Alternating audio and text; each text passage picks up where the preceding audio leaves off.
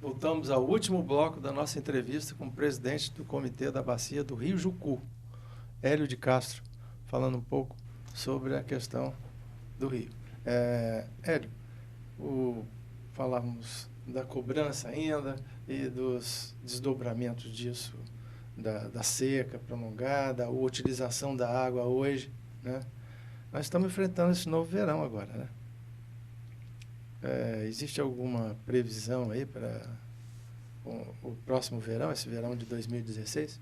Olha, a previsão, eu até já falei alguma coisa, a previsão, a expectativa não é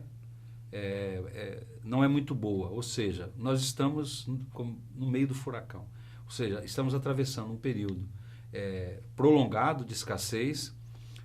Repito, a gente deveria estar com vazões máximas agora, em novembro, sim, dezembro, janeiro, e não há muita expectativa. O INCAPER, que tem um setor específico, e faz as avaliações, ou seja, teremos chuva abaixo da média. E, evidentemente, após esse período, nós temos um período que normalmente os índices são bem mais baixos, ou seja, então a expectativa, melhor dizendo, ela não é muito boa. Nós temos que, evidentemente, estimular a racionalidade do uso do recurso. Não tem uma outra expectativa a cobrar, né, dos comitês, e os comitês já fizeram isso, já solicitaram ações permanentes de uso racional do recurso. Até porque o Rio Jucu não tem nenhum reservatório, né? Não há. Essa é uma outra discussão que toda vez que abaixa o nível do rio, que fica muito abaixo, fica crítico, né? E é preciso dizer que os níveis de criticidade das duas bacias, não há registro de informações. Até porque também a gente tem muito pouco tempo de registro, de monitoramento disso. Mas não há registro, não há monitoramento de que tenha chegado a esses níveis, mas muito baixo mesmo, níveis críticos, sim, ao ponto de cortar a conexão com o mar. O rio sem forças para chegar no mar. Já tivemos isso. Então, esse cenário, ele, como eu estava dizendo, ele tem uma tendência de permanecer, né? Há uma tendência de permanecer. Ou seja, a água que nós vamos ter que utilizar é a mesma ou em condições piores, né? Piores. Então, ela pode, evidentemente, comprometer o desenvolvimento. Hélio, uma questão que eu acho que é muito importante o cidadão, de uma maneira geral, saber é o seguinte. As pessoas sempre pensam assim, não, vou pegar água lá no Rio Doce, né? E se a água do Rio Doce estiver começando a secar, como está secando, nós vamos começar a pensar em pegar água lá no Rio Amazonas, né? Ou então no aquífero Guarani. Parece que não se tem ainda a ideia de que os recursos hídricos são finitos, né? E mesmo nessas regiões, até na região norte do país, na bacia amazônica, tem áreas que sofrem problema de seca. Isso. Né? Essa discussão, Almir, ela faltou aí você dizer dessalinização. Sim, o que acontece? Sempre se busca o remédio mais curto. Sim. E a engenharia... E mais simples, né? Mais simples e mais curto mesmo. A engenharia tem muito essa capacidade técnica de fazer isso. Então, por exemplo, barramento. É preciso reservar água. Bom, aí tem um mito. Se reservação de água garantisse, São Paulo não teria problema. São Paulo tem os maiores reservatórios de água da América Latina. Reservar água onde é possível reservar. Não é apenas porque um barramento, quando você barra um corpo hídrico, eu estou retirando a vida dele, porque o que faz um rio ficar vivo são os sedimentos que correm na sua calha, né? Que alimenta toda a vida aquática que tem ali dentro daquele rio. E aí você citou bem a questão do doce, né? Então, a questão de transposição de bacia, de buscar água de longe, ela nos remete àquela resposta imediata. Mas a resposta que nós precisamos não é essa. Nós precisamos é de garantir o recurso para o futuro. Nós temos que recuperar e recompor o Rio Jucu, o Rio Santa Maria, o Rio Benevente, o Itapemirim, o Itaúnas, o São Mateus, etc. e tal, porque nós precisamos de água. Então não é apenas uma ação imediata que vai me garantir água por um período. A visão do barramento, ela nos remete a uma visão de lagos, né? O que é um lago? É um ponto em que tem água e que esse ponto é receptáculo daquele vale ou daquela bacia. Sim. Significa que tudo vai carrear para ali. Onde eu quero chegar com isso? Que todos os lagos diminuem a profundidade por processo de assoreamento. Os lagos os históricos que a gente conhece, estão secando. O Mar Morto, por exemplo, está com 1 metro a cada século. Então, isso precisa ser melhor discutido. Os comitês discutem isso. A questão do barramento para controle de vazão nas partes excessivas, e agora a gente vai conviver com isso muito, né, em função das mudanças climáticas. Ou seja, vai ser um momento que vai chover a chuva de 3 meses. E aí Sim. eu preciso aproveitar essa água até por uma questão de preservar o corpo hídrico. Evitar que aquela água leve mais sedimentos para o final, para o estuário daquele corpo do rio. Certo. Eu vou dar alguns exemplos, porque me parece que as pessoas elas só se preocupam em equipamentos, enfim, há alguns tempos atrás, as pessoas vão fazer uma irrigação, ela pensava só em o tamanho da bomba, a capacidade dessa bomba e a quantidade de água que ela precisaria para uma cultura, às vezes uma cultura de um produto que veio de fora, que é um alto consumidor de água e que não deveria ser implantado naquela bacia. Então, essas questões ainda não estão sendo questionadas, né?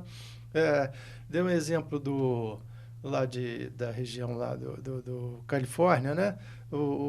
A prefeitura, o governo pagando as pessoas para mudarem o tipo de vegetação na frente da sua casa. Isso é um exemplo simples, né? Okay.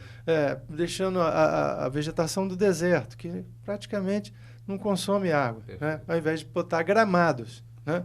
Isso deu um efeito muito grande de economia de água na cidade de Los Angeles.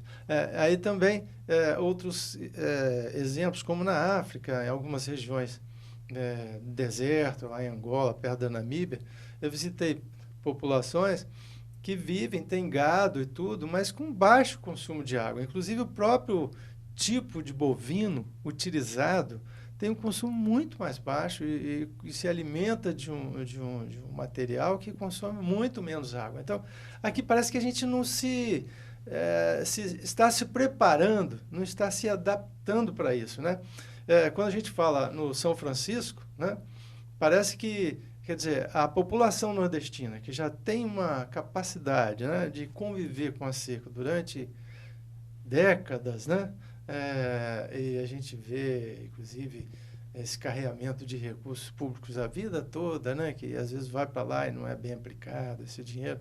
E essa defesa agora da transposição do São Francisco, o São Francisco também já dando sinal de cansaço, né? Também não chegando até o mar, né? Eu acho que precisam repensar disso, você não acha, Hélio? Aqui, na verdade, a gente não tem muitas ações sobre isso. Nós temos 78 municípios e é possível contar os municípios que regulam o uso da água tratada. A Vitória, por exemplo, é comum você ver pessoas na rua lavando carros, né? Sem muito controle.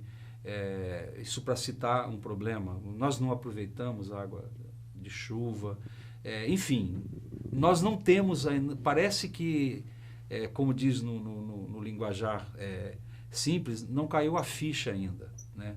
da população capixaba com relação aos recursos hídricos. Mas nós defendemos, os comitês defendem, que é necessário ações urgentes de uso racional do recurso.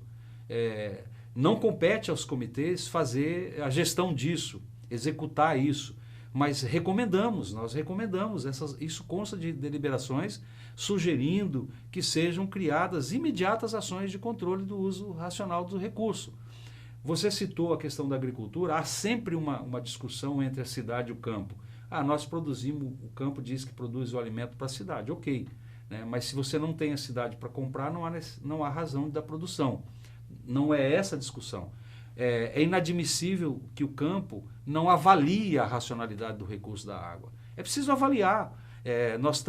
Já existe um equipamento chamado irrigâmetro que ele reduz racionalmente. Sim, uma invenção, inclusive, de um pesquisador de Viçosa. De Viçosa, né, por exemplo, que já está sendo muito utilizado, simples até, está sendo utilizado aqui na bacia do Guandu, em testes, né?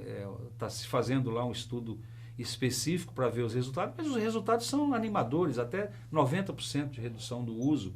E tem produtor ainda que acha que o correto é um canhão, entendeu? Que é aspersor, que ele pode ligar a qualquer hora. E quando ele liga, o rio abaixa. Perde mais de 50% do que o... 65% até perde. Tem um caso que eu cito nessa situação, de desrespeito ao uso do recurso hídrico, que ele, insisto, ele é múltiplo, conforme a lei fala, ele tem que ser para todos. Na região de Santa Maria, no rio Santa Maria do Doce, há uns 2 meses atrás, o rio secou num ponto lá. Aí acabou a energia, ficou 5 dias sem luz. O rio voltou ao normal. Ao normal. Por quê? A montante, a água estava sendo toda sugada para molhar café à tarde, para molhar umas culturas que ela poderia esperar, né? São mais resistentes. Então, na verdade, Almir, não há uso com critério. Isso está claro. E nós precisamos imediatamente a iniciar essa cultura. Por que eu digo que isso é muito forte? Porque você tem que mudar hábitos e não é fácil levar a sociedade a mudar a mudança de hábitos. Não é só dizendo para a cidade, escove o dente, fecha a torneira, faça a barba, fecha a torneira também, quando faz a né? barba, também. Mas nós temos questões muito mais pontuais. A indústria tem que melhorar seus procedimentos.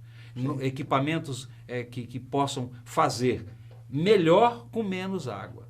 Né? Então, o caminho que nós temos que trilhar, e aí eu estou falando aqui como cidadão capixaba, mas esse é um exercício planetário.